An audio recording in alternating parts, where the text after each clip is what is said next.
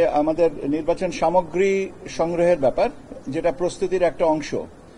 আমরা মোটামুটিভাবে 10টা আইটেমের আমাদেরকে ছিল।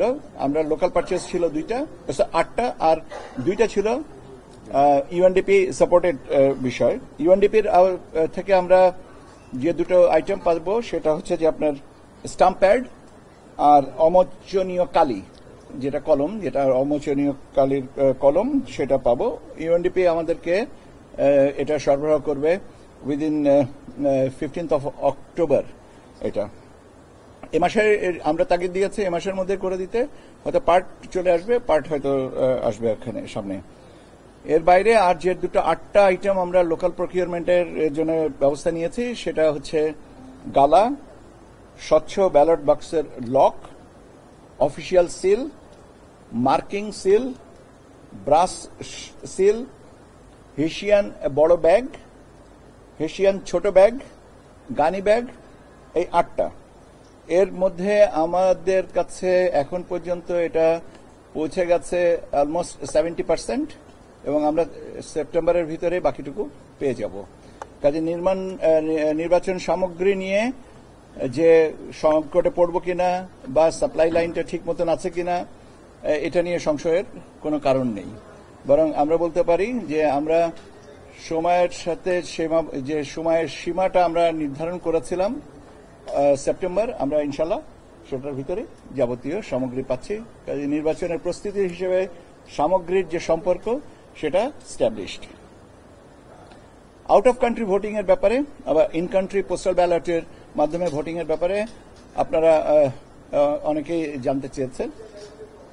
এই পদ্ধতিটা যারা বিদেশে আছেন তাদের সাথে এই পদ্ধতির আওতায় আনার জন্য আমরা একটা প্রজেক্ট নিয়েছি। সে প্রজেক্টের অধীনে আমাদের যারা টেকনিক্যাল পার্সন তারা কাজ করছেন।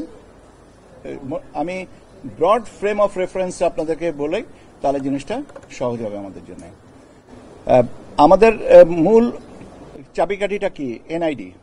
সো যারা প্রবাসে যারা আছেন তারা এনআইডি দিয়ে আমরা একটা অ্যাপ তৈরি করেছি, যেটা আপনি অ্যাপল স্টোর থেকে বা প্লে স্টোর থেকে ডাউনলোড করবেন নিজের সেলফোনে, এবং ডাউনলোড করার পরে ওই অ্যাপের রেজিস্ট্রেশনটা করবেন।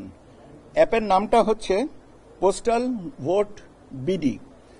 অ্যাপটা এখনো পর্যন্ত লঞ্চ হয়নি, কিন্তু আমরা অ্যাপটাকে কমিশন থেকে মোটামুটিভাবে সম্মতি দেওয়া হয়েছে যে এই অ্যাপ নামটা হবে এই অ্যাপ। তো এই অ্যাপটা হচ্ছে যে ভোটাররা যারা প্রবাসে আছেন তারা এনআইডির মাধ্যমে এইটা অ্যাক্সেস করবেন।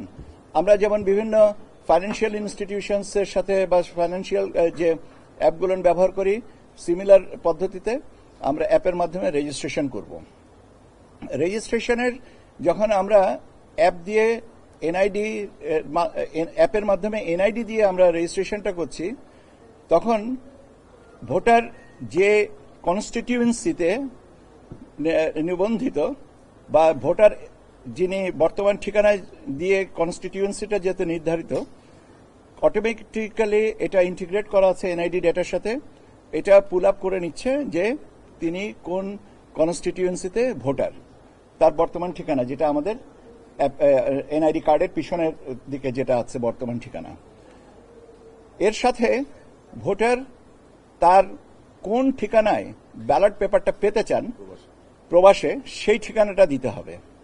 প্রবাসে উনি যে ঠিকানায় অবস্থান করছেন বা যে ঠিকানায় উনি ব্যালট পেপারটা পেতে চান, সেটা তিনি দিবেন। এরপরে আমরা নির্ধারিত সময়ে, এখন আপনি যদি আমাকে জিজ্ঞেস করেন নির্ধারিত সময়টা কত তারিখ, এই তারিখটা এখন আমরা নির্ধারণ করিনি।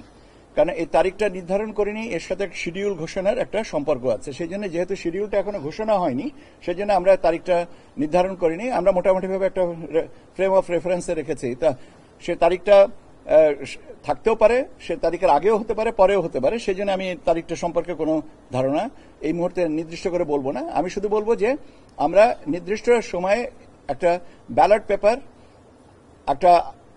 আরেকটা খামের ভিতরে ভরে, একটা বড় খামের মধ্যে 3টা খাম দিয়ে আমরা যিনি প্রবাসী যে ঠিকানাটাই দিয়েছেন সেখানে আমরা পোস্ট করব। বাংলাদেশ ডাক বিভাগ এই খাম তিনটা, মানে একটা খামের ভিতরে আরো দুটা খাম, মোট তিনটা খাম পৌঁছাবার ব্যবস্থা করবেন সেখানে।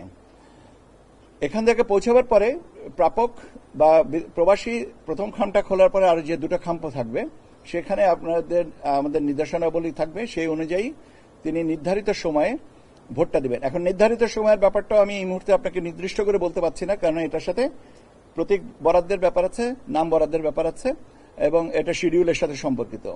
কাজেই এই যে এটা হচ্ছে আমাদের, এবং প্রবাসের থেকে আমরা যে ব্যালট পেপারটা পাঠাবো সেটাতে ক্যান্ডিডেটদের নাম থাকবে না, শুধু থাকবে সিম্বল।